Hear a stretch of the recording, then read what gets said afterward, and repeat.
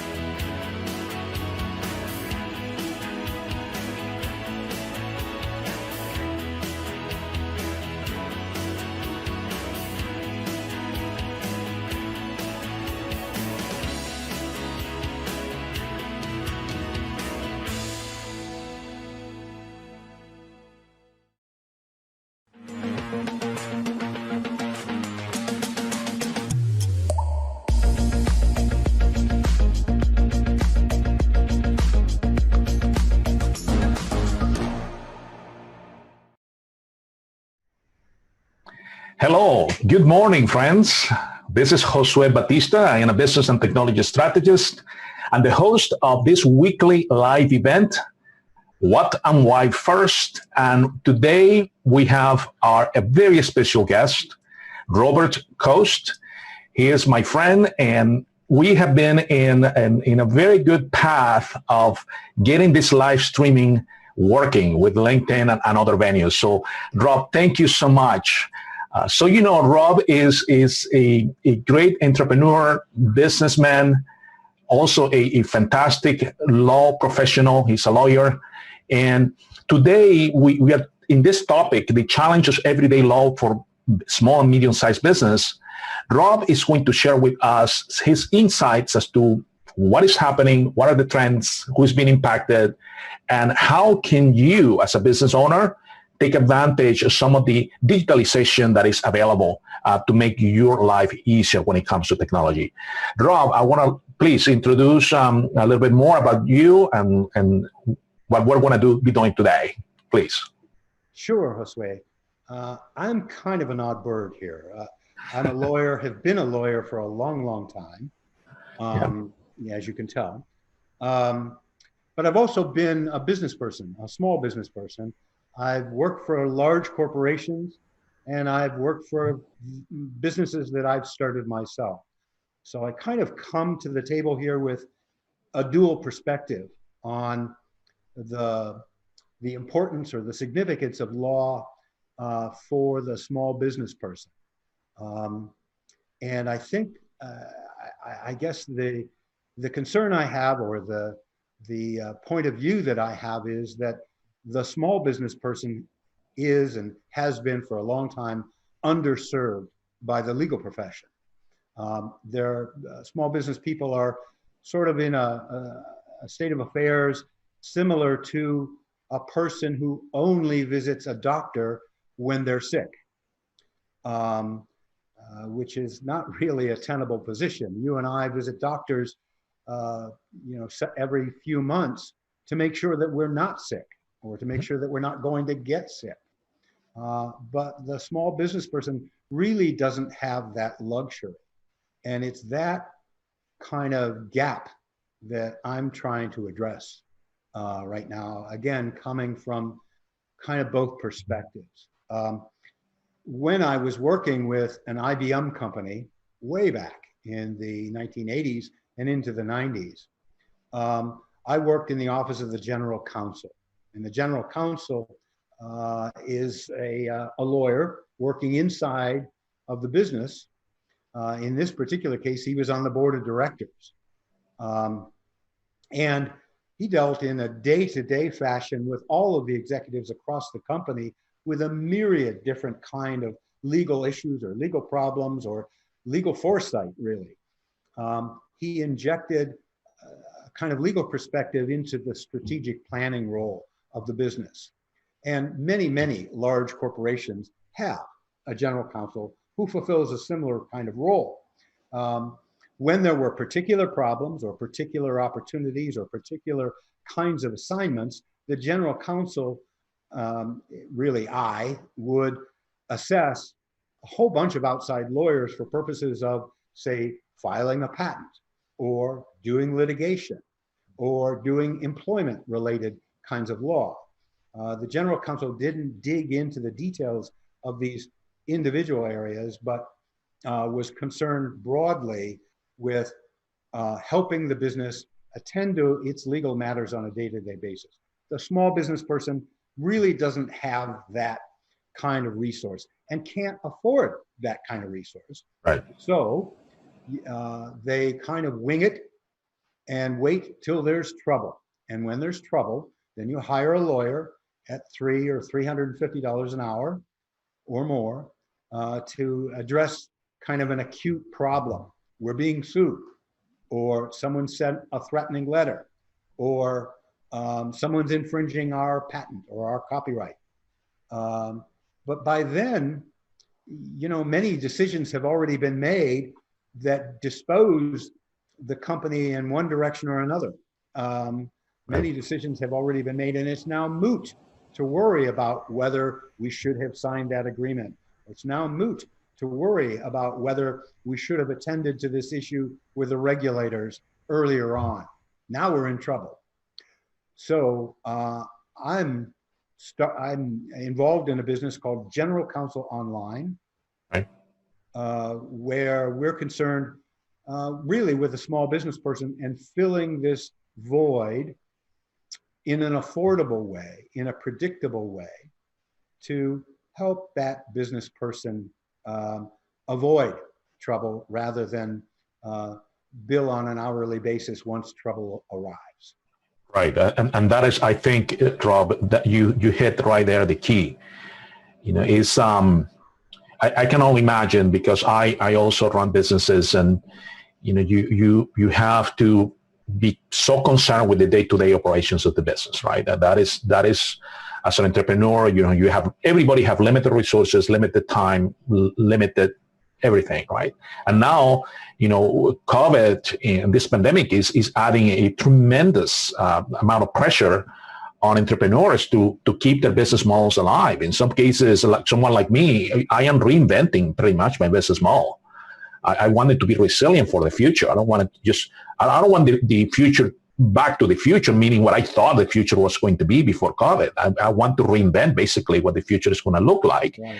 And even that has legal implications, because, you know, liability exposure, when it comes to, you know, new contracts and negotiation, there is more remote work being done now than ever before.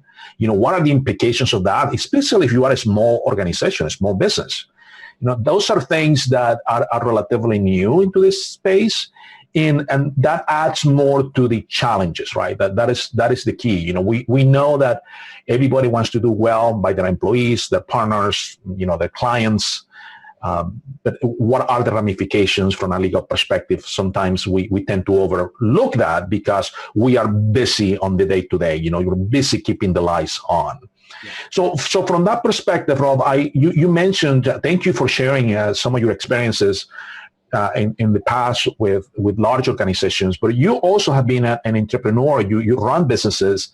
And so you have been kind of both sides of the equation, right? You have been, you know, at the side of being the general counsel, someone that provides that guidance, you know, for an organization in terms of policy, you know, procedure, etc. And then you also have been on that side, which is the business side. You know, from instantiating a legal entity to running to contracts and things like that from that side. So that, I think, you know, over the years, we have known each other for a few years. I know that you interact very well from those two perspectives, you know, from entrepreneurial side and also from a legal side. And I think that really brings some high value to your thoughts as to what the solution to this is, right? So you mentioned, let's expand down in the tail end of your latest comment, is about, how this new model that you are introducing, your vision about this model, whereby there is some degree of guidance from a legal perspective. There is someone that you can reach out as a small business owner, but it is kind of a fractional engagement. Can you expand a little bit more on that, and why is that different, and why is that relevant, especially now? Yeah, sure. I mean, let me react, if I could, Josue, to a couple of comments you made. Sure. One, again, this dual perspective issue, right? Everyone comes at their job from their own perspective. And if you hire a lawyer, whether it's a lawyer hired as an employee internal to your company, if you're lucky enough to have that kind of revenue, or whether you hire an outside lawyer, their concern is doing their job and solely their job. They may not even be aware or have any experience with the problems that you as the business person are confronting. I mean, what you're concerned with are things like, I got to close X number of deals by the end of this month, or I've got a problem here with an employee who is a valuable employee, but they're making threats or they're misbehaving. Your concerns as a business person really have to do with keeping the lights on, keeping everyone productive and happy, closing deals with clientele, serving the obligations that you already have, et cetera, et cetera. And very often, your perspective as a business person is, this lawyer is in my way. They're concerned solely with, forgive me, CYA. They're concerned with, what in an ideal legal world would things look like for them? And very often that involves slowing processes down. Very often that involves getting in the way of closing a contract. Very often that involves highly conservative decisions that, as a business person, you don't really want to make. You've got two different imperatives. You've got two different drives colliding with one another, and that's just the way things are. I think what this kind of experience brings to the play is an ability to see both sides of the argument and to understand that, yeah, I'm here as a lawyer to help you accomplish your business goals legally as efficiently as you can. I'm not here to make sure that you're entirely buttoned up from a legal point of view while your business goes under. So that's the perspectival aspect of all of this. But the other piece of it too has to do with the fact that, again, as a small business person, you're probably running thin margins. You're probably wanting to use whatever net profits you have, hiring new employees or creating more product or opening new distribution streams. You're not going to spend that money on hiring a lawyer. Right. So, and you don't need a lawyer full time. You need a lawyer when you need a lawyer. You need a lawyer when you're making a decision that has legal implication. And there are all kinds of decisions that you make from day to day that do have legal implications. For the most part, you slide easily past them. Some of them come home to bite you. And so my proposition with General Counsel Online is that when you need me, I'm there. When you don't need me, when you're having purely business concerns and conversations, you shouldn't be paying for me. And so the business model that I'm pursuing is one that says, for a retainer, frankly, a subscription to me, you get a number of hours of ad hoc, on-demand legal consultation to help you out, literally in a face-to-face mode, much as we're doing right now. This, by the way, is happening in an entirely online mode, and that's part of what allows me to do this thing in an affordable way. Then, when there's a specific assignment for me to take care of, registering a trademark for you, or defending a trademark for you, or registering a copyright, or writing up an agreement, or evaluating an agreement, or negotiating an agreement. Those kinds of specific tasks have fixed prices attached to them once we understand the scope of what it is you're asking me to do. Okay. That's different from what you would do with a conventional legal relationship with either a lawyer or a law firm, where the answer is, my billable rate is $250 an hour or $450 an hour. And I cannot tell you in advance what it's going to cost you. I'll tell you with my invoice at the end of the month, which I'm going to offset against the retainer fee, probably $5,000 that you paid me. I'm going to let you know how much I'm going to ding that retainer for at the end of the month. That's just not a tenable proposition for a small business person.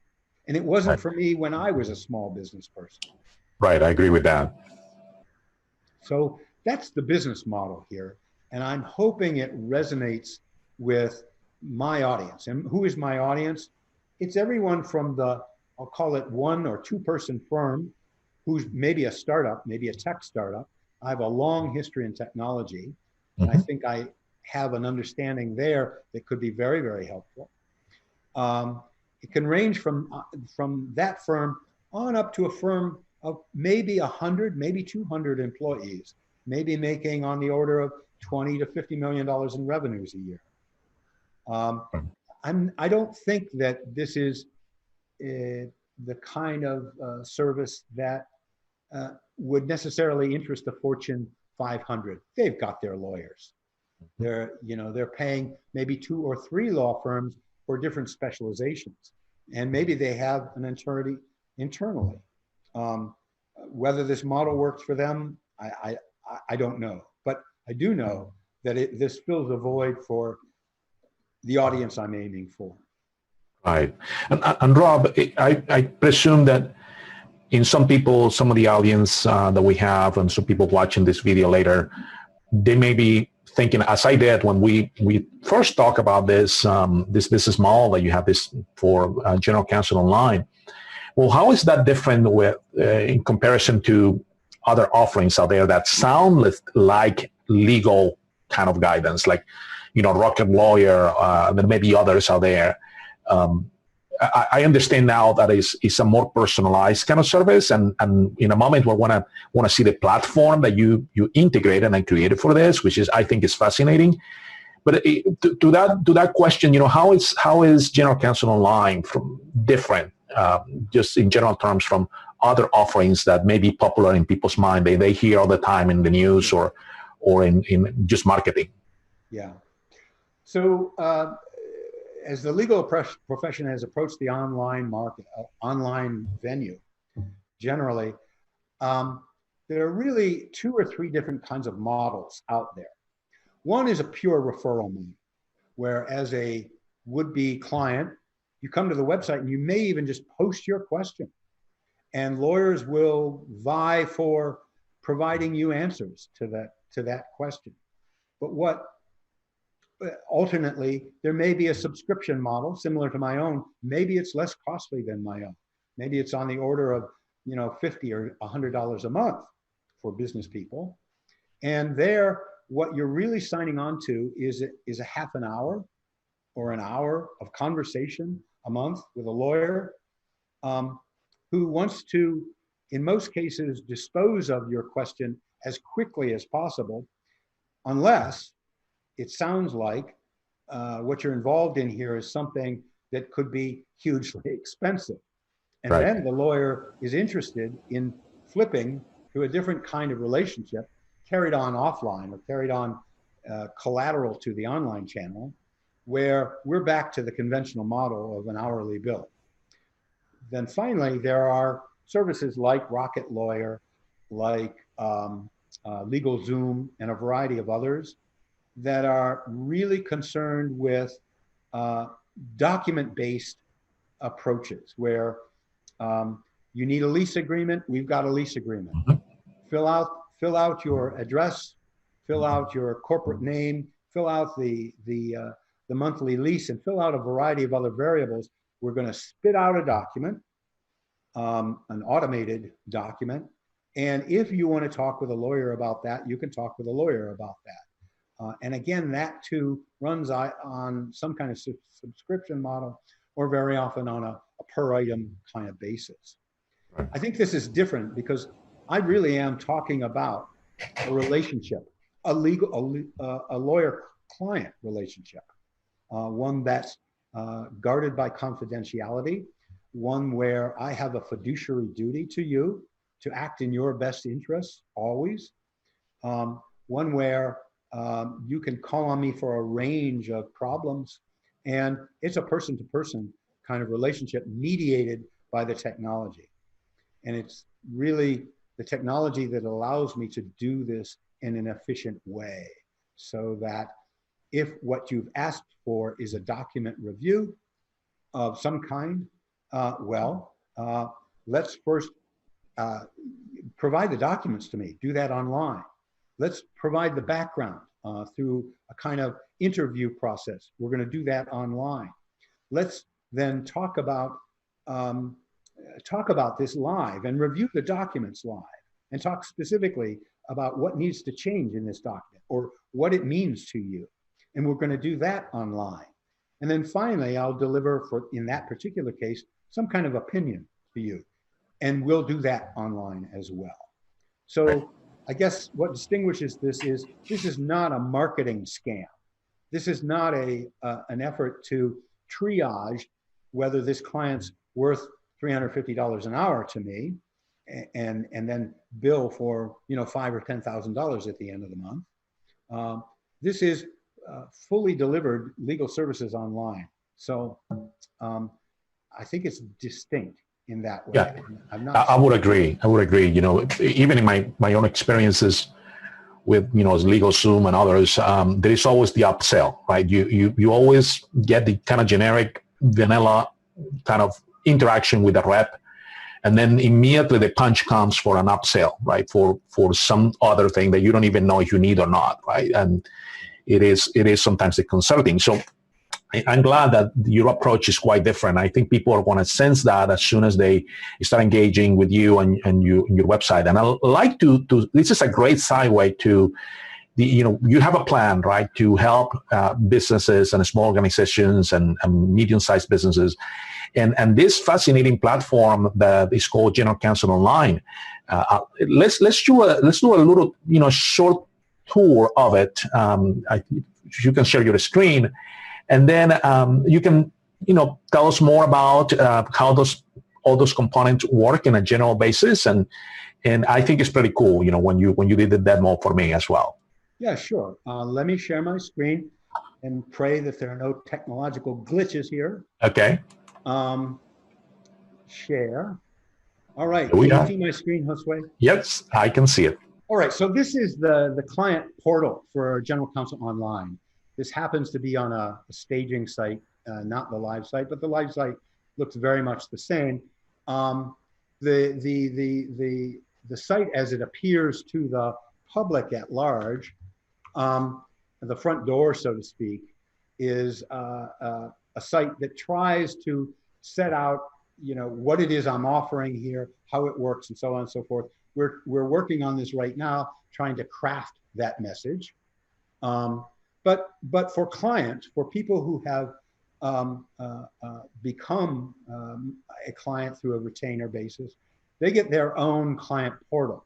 And I use this client portal to keep the client apprised of what's going on with their matter.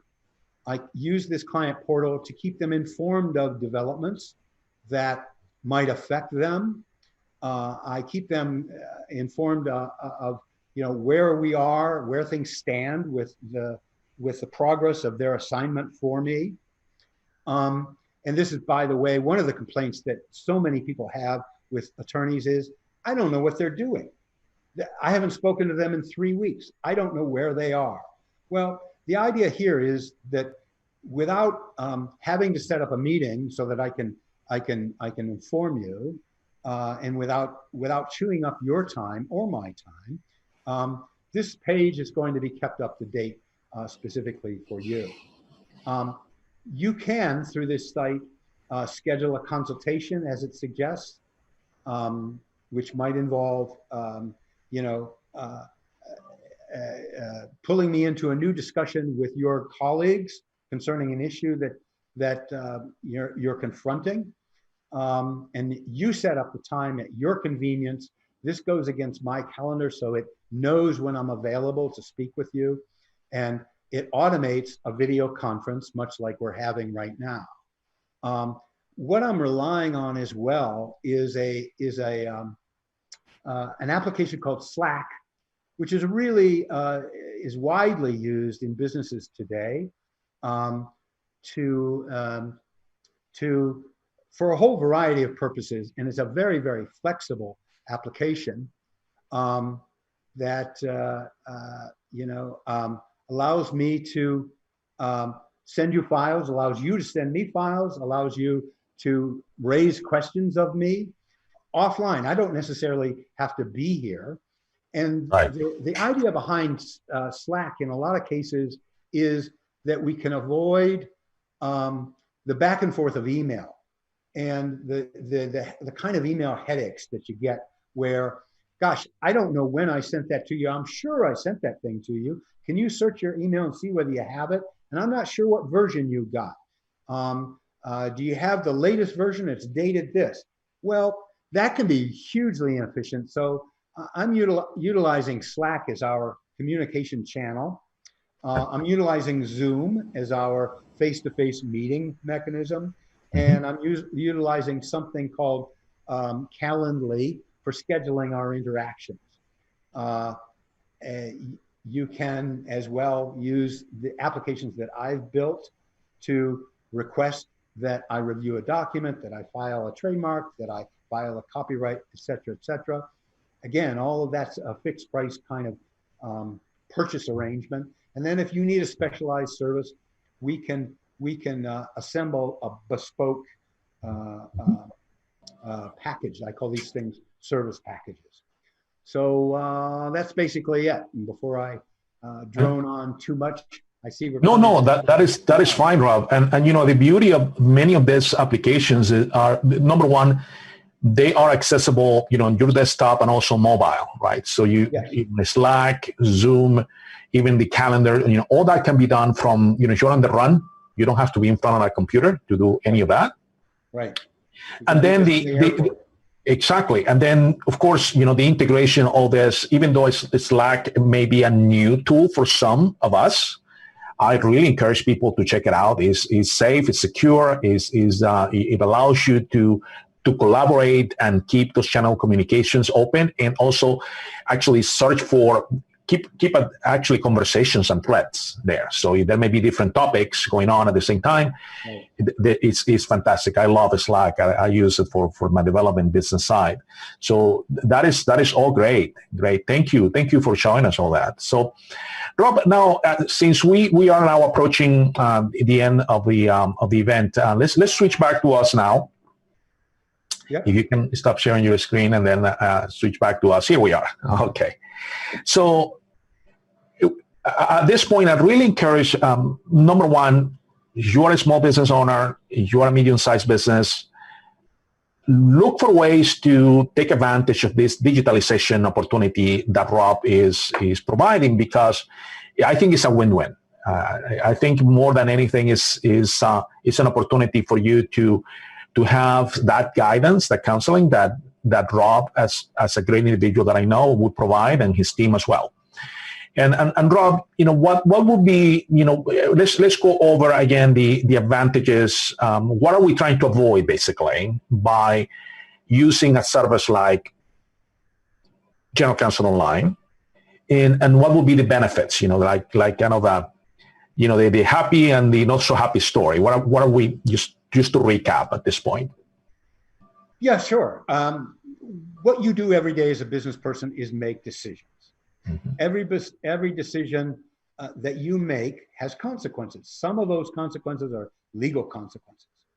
What we're trying to do here is minimize your risk and maximize the degree to which you can use the law as a component of your own strategic thinking about where you want to go. I may be able to tell you, for instance, that yes, your business name or your product name is available as a trademark. I think that it would really be wise competitively for you to obtain that trademark, and we can do it relatively inexpensively here. That letter agreement that the prospective supplier sent you, it's a dangerous thing to sign. You don't want to sign that because it exposes you to risks that you don't want to take on.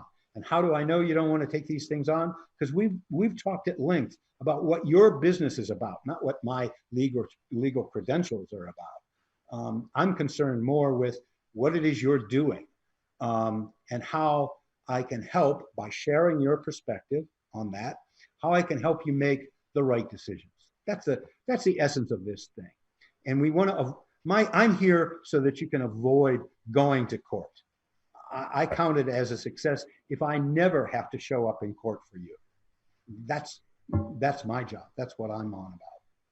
Yeah, and I think that is the key. Just reduce risks, basically, avoid pitfalls, and be more productive in your business, right? Because that is what all of us want as business owners and entrepreneurs. Want to concentrate on our business rather than being, busy on legalities. Right. That is what the experts like you are for. Right. So I'm going to share with our audience here. This is the contact information for Rob. This is his website. He is available to talk to you. Rob, I'm guilty of that. I reach out to you more than often for all kind of things in different capacities. The business, just talk, conversation. So it is a great opportunity. Reach out to Rob. There is no really it's risk-free, basically. I really encourage you to do that. And also talk about, if you're in technology, it's a great opportunity to also learn about the technology that Rob and the integration that he did. I think is fascinating. So please reach out. You can pause this video here and get the information from Rob. And at this point, I just want to, any closing comments, Rob, since we are like right there at the tail end of our half-an-hour conversation here. Well, I think we all look forward to the end of COVID here, but while we're in quarantine, this might be a viable kind of approach to getting some of the legal services that you need. Yep, very good. Well, Rob, thank you so much, Robert, for this time. It has been great talking to you. I really appreciate. Thanks for being my guest at this live event. It is unique this time because we're going out to 4 different venues, including LinkedIn, Facebook, YouTube, and Twitter, via Periscope. So we're pretty much permeating the whole social media space with this live video. And thank you so much for joining me. And friends of What and Why First, this event happens on a weekly basis. I'll be announcing my next guest for next week. And it's going to be a nice conversation more on the technology side. We're going to be talking about technologies in the blockchain and digital assets space. So look forward to that event announcement that is going to come sometime later today or tomorrow. And thanks again for joining us today on What and Why First Live. And as I always say, until next time, cheers. Hi, I am Josue Batista from What and Why First. I created this video blog to share with you my thoughts about relevant trends in leadership, strategy, innovation, and value creation. If you want to watch more videos, make sure you follow my blog so you never miss any of my new videos with more tips about technology and business. And if you are already a senior leader in charge of making decisions in your organization, and you would like to put some of these strategies in place for yourself, go to josuebatista.com and learn how I can help you.